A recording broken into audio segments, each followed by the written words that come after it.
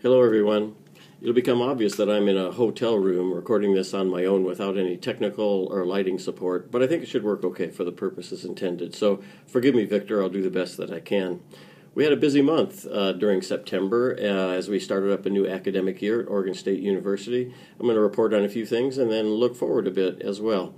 On the good side, the Beavers at this moment are 4-0, so life is good on the athletic scene so far. A quick recap about this month. Early in September, Dave King and I attended a retreat, an annual retreat of the Provost Council that produced several things that you might find of interest. One I think I've shared already. It's called an ethos statement. It was signed by all members of the council and will be displayed prominently at the university. The ethos statement describes the way that we think about our relationship to people and serving and treating those in our world. So take a look at it or let me know if you haven't seen that and would like to again. We talked about budget improvement processes on the campus that over time I believe will provide better alignment between the way in which we handle education and general funds in respect to resident student work and our own extended campus online inventory and the way in which income from that part of the business that's growing is handled university-wide. And we worked on the development of a research strategy at the university. Former Vice Provost Rick Spinrad resigned recently. There's an interim vice president as we search for a new one. I asked to be placed on that committee because of the growing role and relationship of engagement to our research work at OSU. And I thought I would also engage our Outreach and Engagement Council in a conversation about the extent to which we should revisit what we developed about a year ago that we called the O&E Agenda, and to revisit that. Our division hosted in the last month the third annual community engagement bus tour that we called the Road Scholar Tour. We loaded 50 people on a bus. These are faculty and staff who are new to OSU or new to engagement, and we spent overnight and in conversations in Hood River, in Woodburn, and in Salem. So I look forward to seeing the kind of the play out and the long-term results of giving people that kind of a quick start and a look at the way in which OSU engages community partnerships.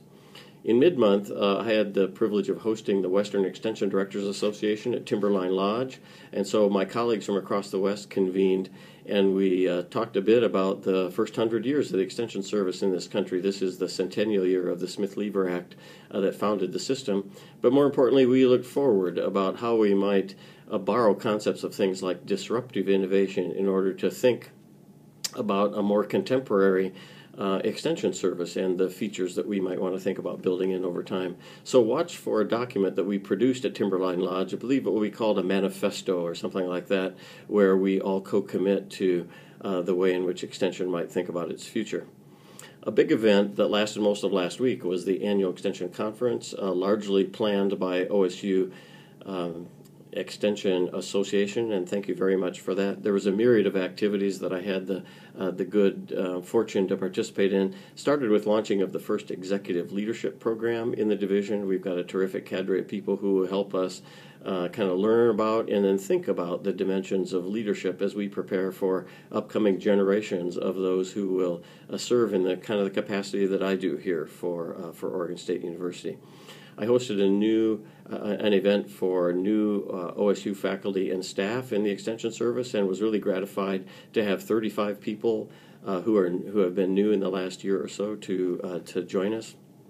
We hosted a retirees barbecue at the Benton County Fairgrounds, where I did some back-of-the-envelope calculations and had well more than 1,000 years of extension education experience in the room with us. So it was really fun to kind of tell stories and to think back over the careers of these still very vital extension retirees. We hosted a staff appreciation lunch celebrating the role that our front office and support staff play at serving as really the key first conversations for many of our relationships with partners and stakeholders and the clients that we served.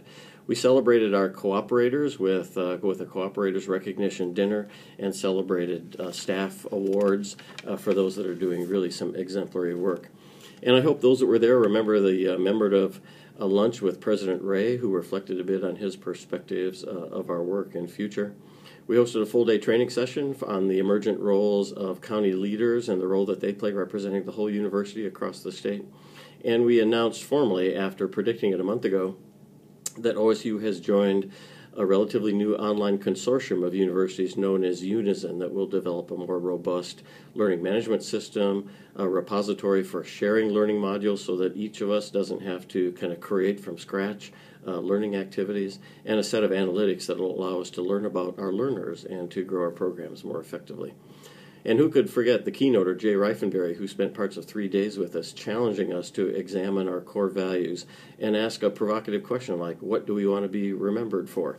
And I'll invite you to help think through our now published extension core values. While they've been around a while, I think they are fairly enduring. But the question is, are there some that are missing, or should we revisit the strategic thinking and planning of the Extension Service? Quickly, there are 6 of them. We believe that core values of OSU Extension include being community-based. Accountability is the second core value. Credibility, the third. Diversity, the fourth core value. Fifth one, partnerships. And the sixth, responsiveness.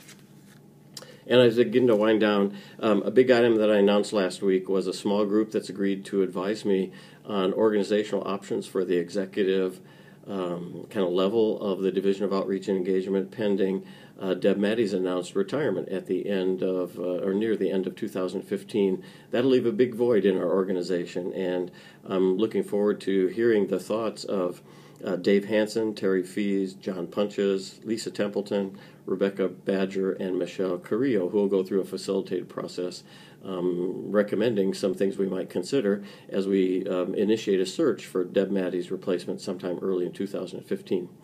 So as I wrap up, let me just say the hotel I'm in is in Edmonton, Alberta, Canada, which is the site of the Engagement Scholarship Conference, an annual event that's now drawing 600 or 700 people. We have a very meaningful delegation of Oregon State University faculty who will be involved in presenting papers, moderating sessions.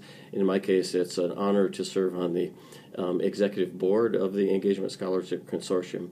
There'll be a number of highlights here, but no more meaningful than a presentation on Wednesday that'll focus on